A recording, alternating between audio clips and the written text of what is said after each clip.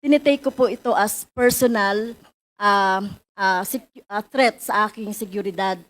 Dahil alam niyo naman po, Mr. Chair, 'di ba, minsan na po akong pinagbantaan ng dating presidente Duterte at sa araw-araw na pagsasalita din ng Vice President Sara Duterte ay ako ay sinisingle out.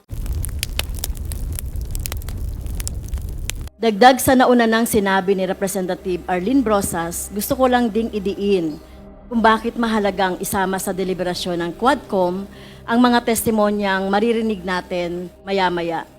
May natuklasan tayong mga kababalaghan sa Pogo at hindi maitatanggi ang kamay ng former President Duterte. Kaya ngayon may ilang natutunan tayong ina-apply sa pamamagitan ng Anti-Pogo Bill. Para yon ma-rectify, maitama, pinakakagyat na panahon ang mga mali na dinulot ng mga Pogo. Sa iba pero konektadong issue, may natuklasan din tayong mga abuso at illegal practices, modus operandi ng mga pulis at law enforcement institution sa mga kaso ng Tokhang, EJ case na narinig natin.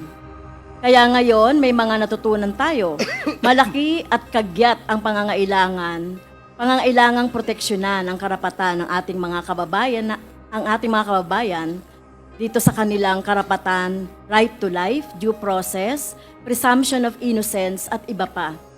Ito yung mga sinalaula sa ilalim ng Peking Gera kontra droga sa ilalim ni Presidente Duterte. Pero kaalinsabay ng Peking kontra droga, may nilunsad ding isa pang Peking Gera na actually ginagawa sa mga aktivista hanggang ngayon. Ang Peking Gera kontra insurhensya. Sa counter-insurgency program ng gobyerno, Mr. Chair, yung mga modus ay ginagamit sa Tokhang killings, lahat ng mga pinagsususpetsahang drug personalities. Yung linyang nanlaban, yung may search warrant kuno, na batay naman sa gawa-gawang kaso, yung kunwaring buhay pa pero patay nang dadalhin sa ospital para hindi masilip yung AJK na ginawa nila, ay ginagamit din laban sa mga aktivista, sa mga leader at miyembro ng mga organisasyong may mga buhay na laban para sa hanap buhay, kaligtasan ng mga komunidad nila sa mga ordinaryong tao na tumitindig para sa issue ng sikmura at issue ng bansa. Sila ay mga biktima ng EJK o extrajudicial killings at iba pang mga human rights violations sa ilalim ng Peking Gera kontra insurhensya. Walang pinagkaiba sa mga biniktima sa ilalim ng Peking Gera kontra droga. Kung ang pretext ng maraming Tokhang killings ay ang walang batayan at di mapatunayang claim na drug personalities, yung mga pinatay, ang pretext sa EJK sa mga aktivista and critics ay walang batayan at di mapatunayang bintang na mga NPA daw sila, mga recruiter sila, mga communist fronts, yung kanilang mga organisasyon. Naniniwala kami, Mr. Chair, na hindi dapat nating isara ang super committee na ito ang taon ng hindi natin nasisilip ang mga kwento ng ilan sa mga biktima ng Peking Gera kontra insurhensya. Maraming ganito noong nakaraang administrasyon gaya ng Sempo sa Negros, massacre ng mga tumandok, Oplan Sauron na for the record, Mr. Chair, ay same masterminds ng drug war EJK na pinosisyon ng PNP, CIDG at iba pa. Pero nagsimula po tayo sa kaso ng EJ case ng 3 minasakir na sa isang Bloody Sunday noong 2021 sa Calabar Zone. Andito po, Mr. Chair, inilibatahan ng committee ang mga kaanak nila.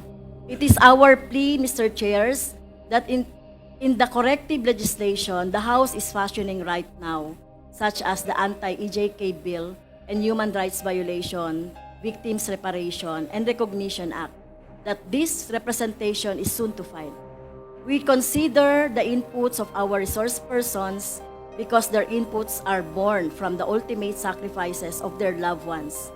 Hindi po natin nais na maulit na may mabubuting mga mamamayan na nakikipaglaban para sa kapwa Pilipino na aatakihin, papatayin para lang sila patahimikin at para takutin ng komunidad ang mga komunidad at taong bayang pinagsisilbihan nila, Mr. Chair. Maraming salamat.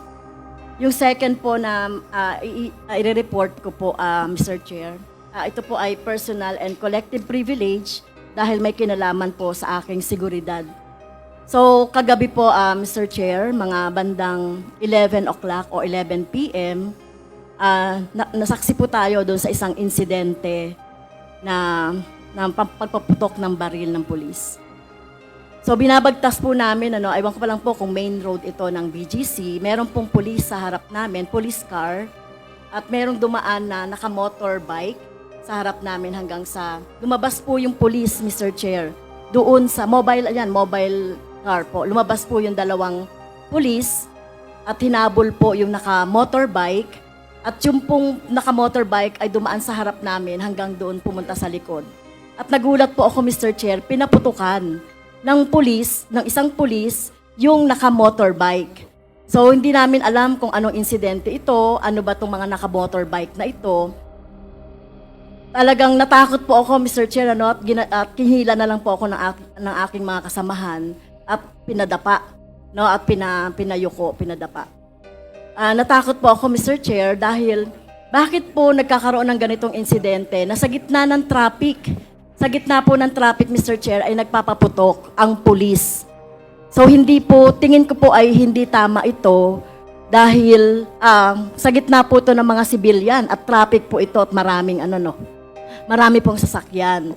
So naalala ko po, Mr. Chair, yung insidente na naganap noong 6 years ago sa Talaingod na kung saan nandun po kami sa isang lugar sa Talaingod ay pinaputukan din ang sasakyan ko ng dalawang riding in tandem.